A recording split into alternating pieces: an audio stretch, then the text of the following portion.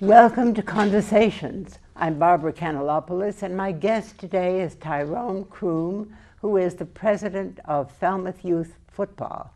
Welcome to the program, Ty, and I hope you can tell us all about Falmouth Youth Football.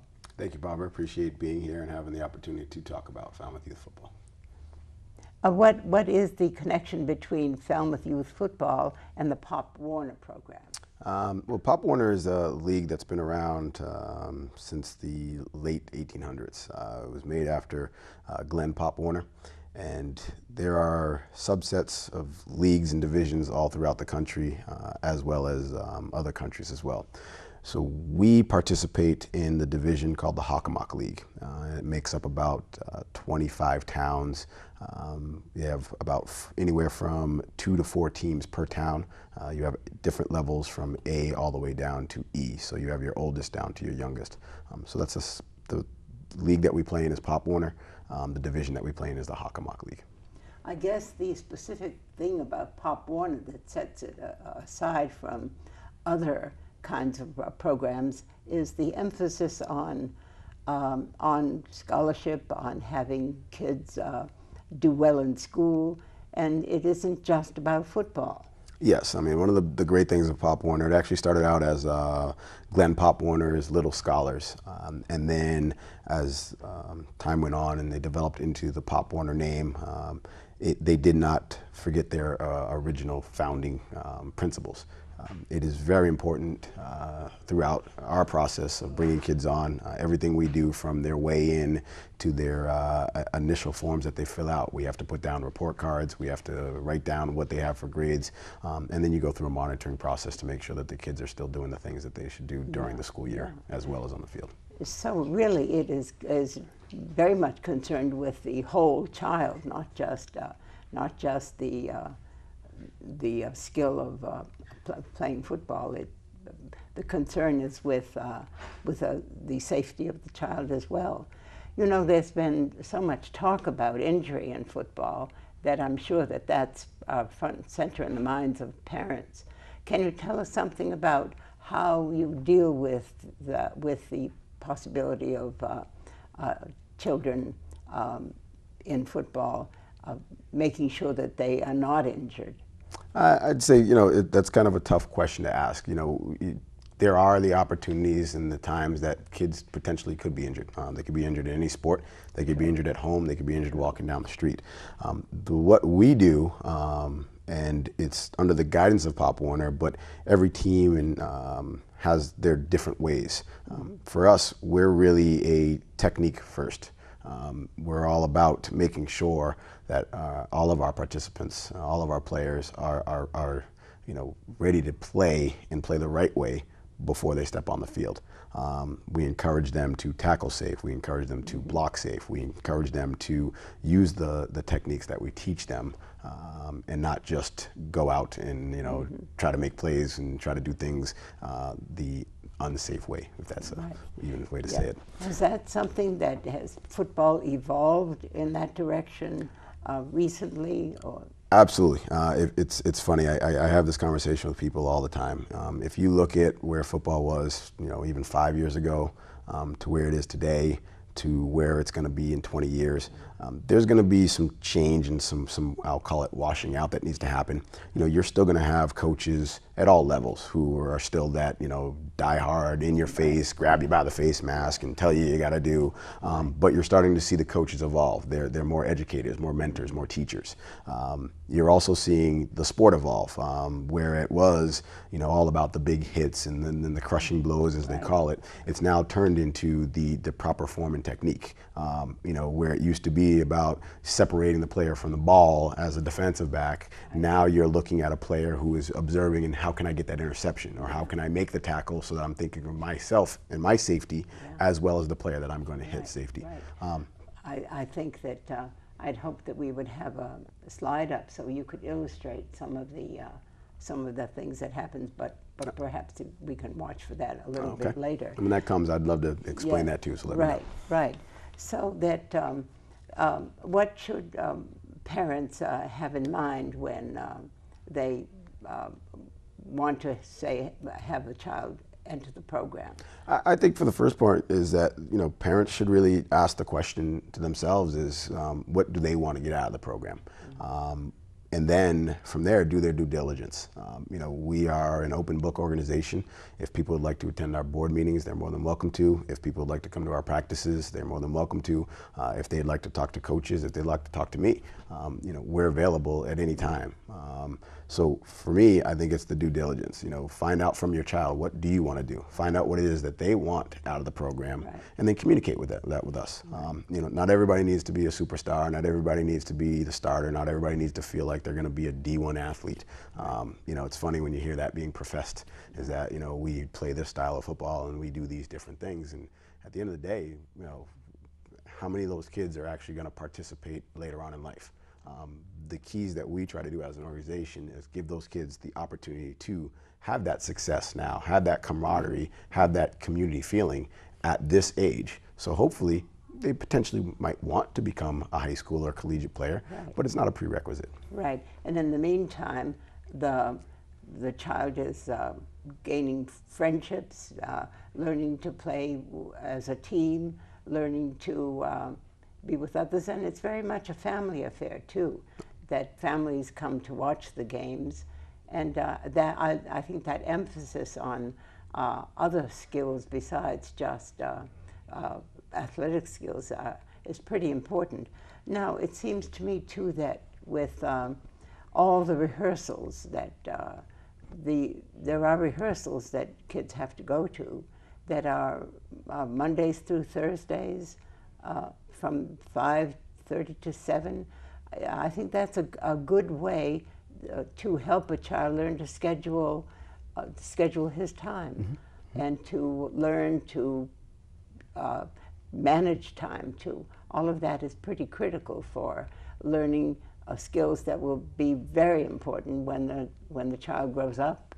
Absolutely, and you know, some of the times in you know, some are called rehearsals, some are called practices. There's different ways and different terms that all terminologies, right, that all coaches, yeah, and people use. But you know, for the definition of the rehearsal or practice, for those that hear practice, yeah, you know, we try to be as kind of as oriented and as detailed in practice as possible. So we start our season mid to late August.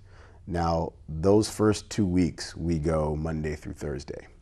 Our plan is that as we go Monday through Thursday for the first 2 weeks, the third week we go down to Monday to Wednesday. The fourth week, we should be about time that school's starting, we go to 2 days a week.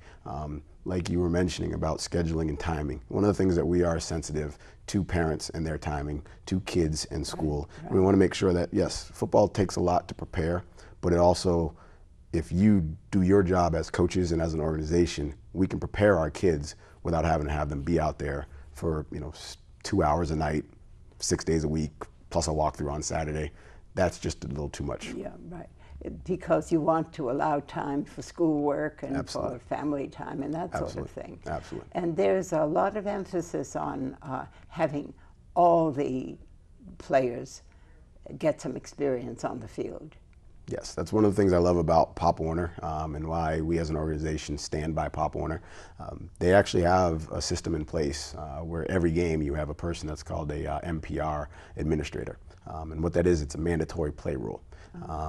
There's a schematic that was set up through Pop Warner. It varies from if you have 16 out of 25 players attend a game, if you have 26 to 32 players that attend a game, and it goes up to depending on how the size of your roster is. But they basically have it set so that whatever that amount that you fall under, it's anywhere from 10 to 15 plays the kids all have to get. Okay.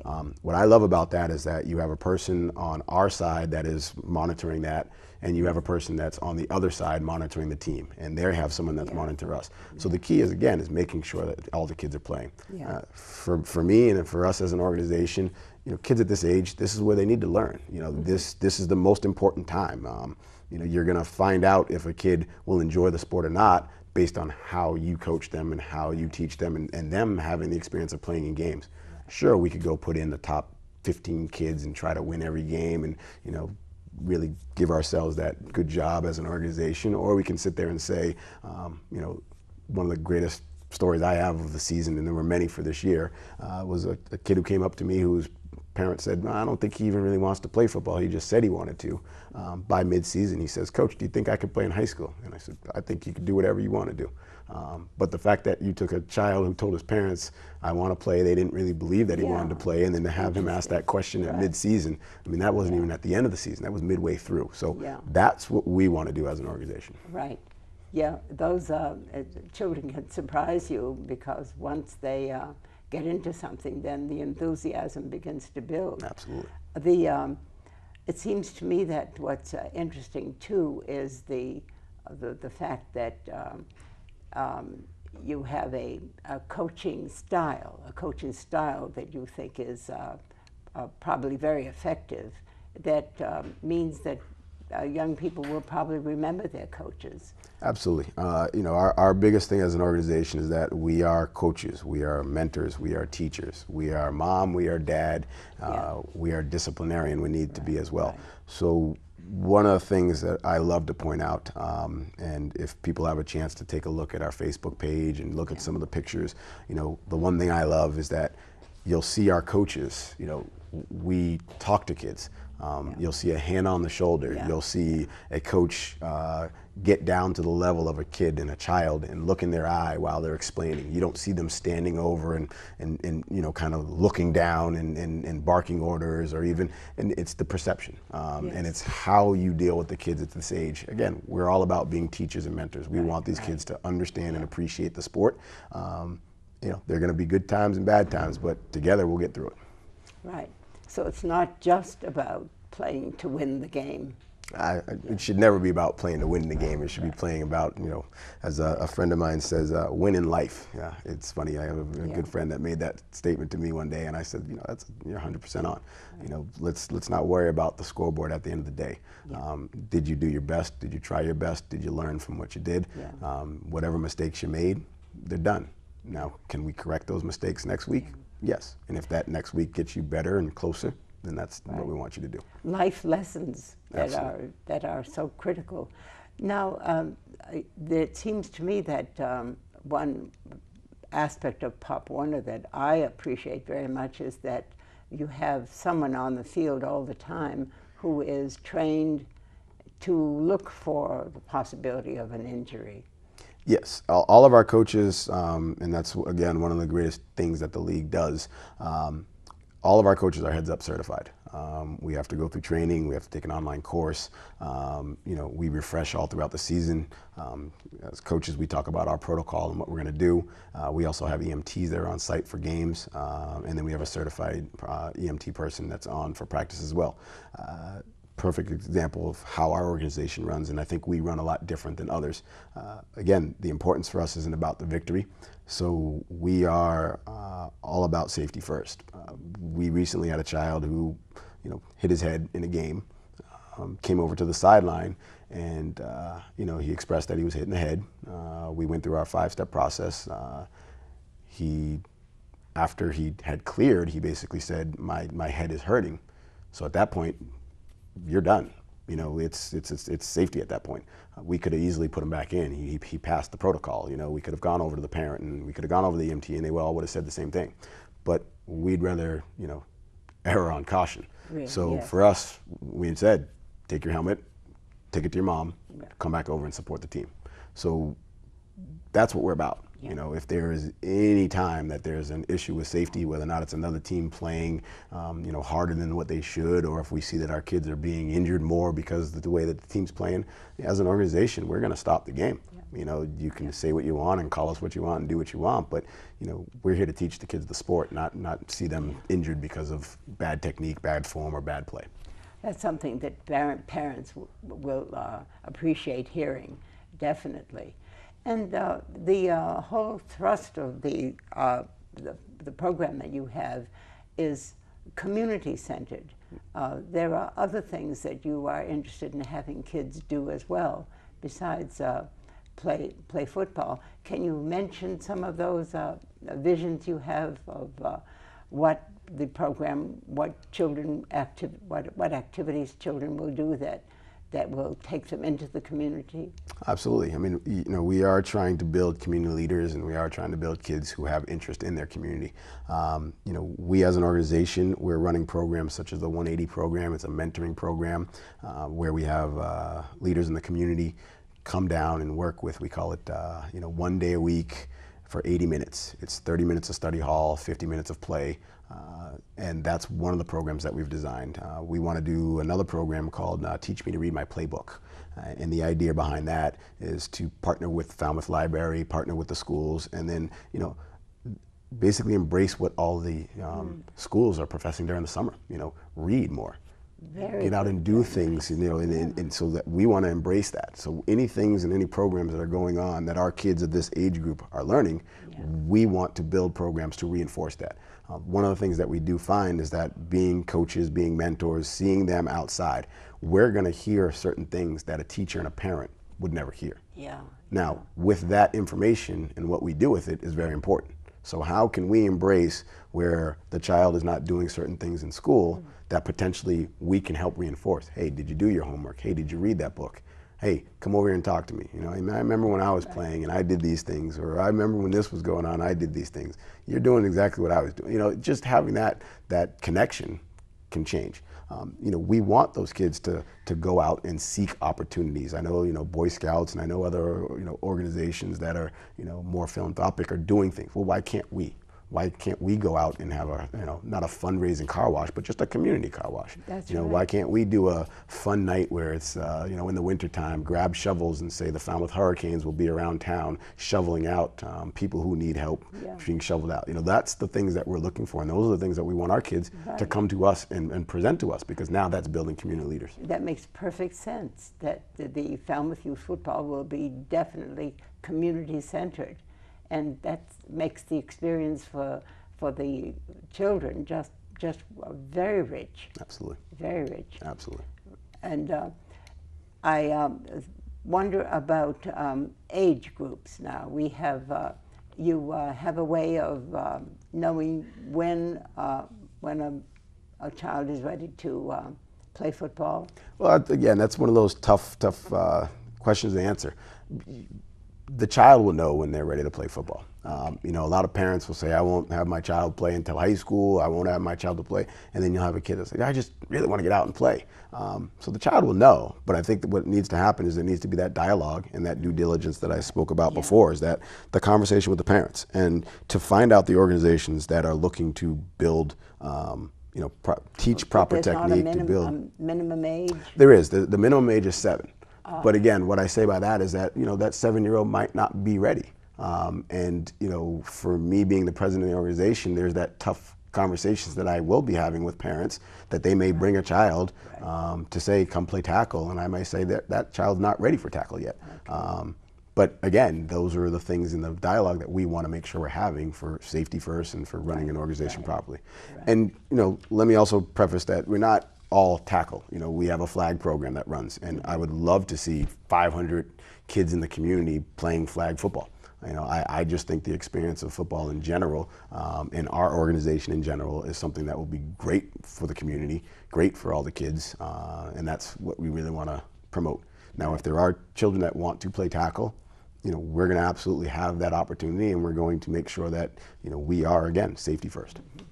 So the organization is growing, and growing both in its aspirations for activities for children, and also in having kids sign up to join Falmouth Youth Football. I wonder how you choose teams from other towns, that when you're staging a game, how you choose who will be the visiting team. Well, that's the beauty of being in the league. You know, the reason why we're part of Pop Warren and the reason why we play in the Hockomock League is because there are neighboring towns, and you know, within a 45-minute to hour proximity drive time, those are the teams that are in our conference. So for us, the best thing we do is show up at league meetings, pay our dues, and then they have this great formula where they throw in all the teams and they try to look at balance and schedule a weight, which I kind of find interesting. Is how do you take a team, like our E team this year and our D team this year. Next year we're going to have different kids. So if one of them was successful, we've got a whole new wave of kids coming next year, so who's to say they're going to be successful again? But there is some formula that the league uses to say this program has been a dominant program, so we'd like to align them so that they're playing like teams. This program has struggled over years or hasn't had as many victories or whatever it is they use as their metric, so let's align them together so that it's more even play. So what I like is that the league within the league is even trying to make sure that there's even play. And now sometimes, like I said, you're going to have a team that, for some reason they just have those kids of that era and they're that age group and they come out and every time they touch the ball, they're down the field and scoring. That's going to happen. But it does sound to me as if lots of planning and lots of discussion goes into everything that you do, which means that the coaches get together and do a lot of examining, thinking, analyzing. Absolutely. I mean, the sport of football is so dynamic in so many ways that, it's not like you just show up on Sunday and magically make it happen. One of the things that we try to do, again, we are all volunteer-based and there are lots of hours that go through, but we've really broken down the hours and the needs and the assessments and the things that go on with the program. Our goal is not to task our coaches with more than what they need. Our goal is not to task our board members. Our goal is not to task our parents with more. That's what's needed. So the analogy I'll use is program X will look at a week and they'll spend 50 hours in a week to their program. We try to spend 20 to 30 hours. Not that we're giving the kids any less, but what we're trying to do is maximize our time, maximize our volunteers' time, and make sure that that's going out so that the kids are getting the full potential. That's important because you don't want to wear out the volunteer coaches either. Absolutely.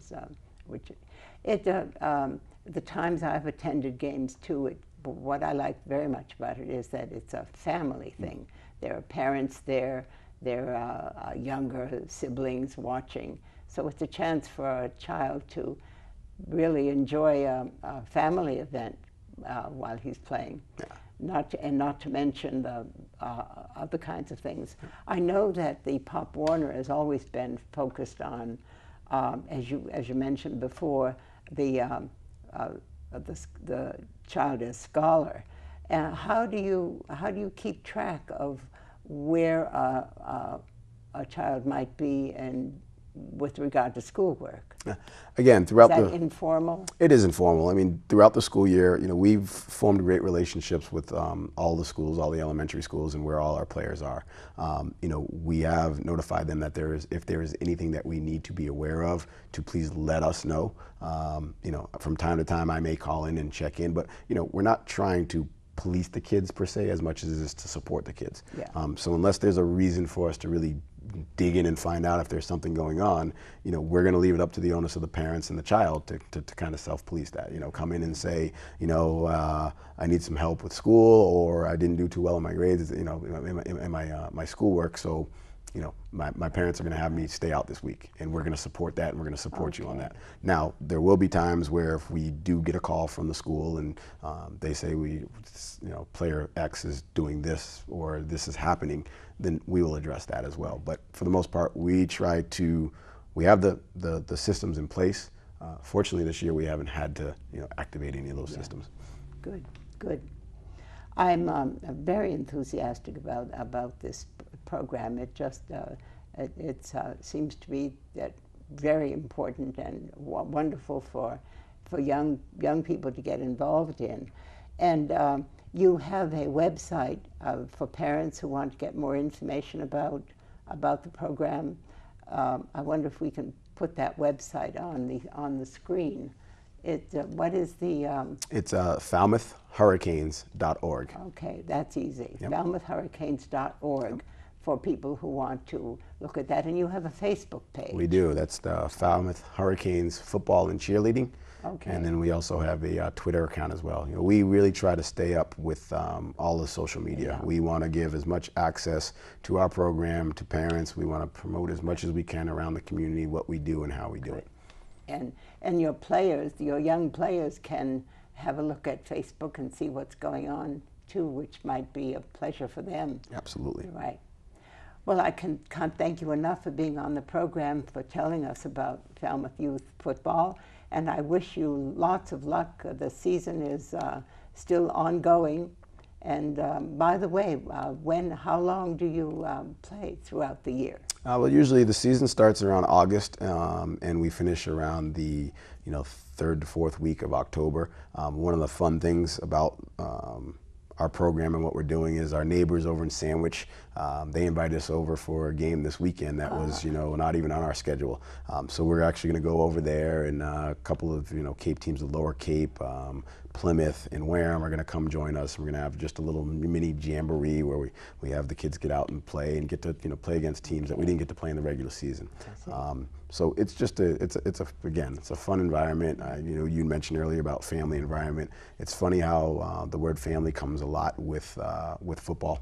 You always hear teamwork, family. Those are always just the buzzwords of the program, and it's great to see where we just started out with 40 kids last year playing flag football to now where we have 81 kids playing flag and 40 playing tackle, and that's just in 1 year. So we're very excited to see how the community embraces our program, how the kids in the community embrace our program, and we're just appreciative to be here to tell the story about it today. Yeah, that's great. Thank you very much for being with us. Thank you. Good.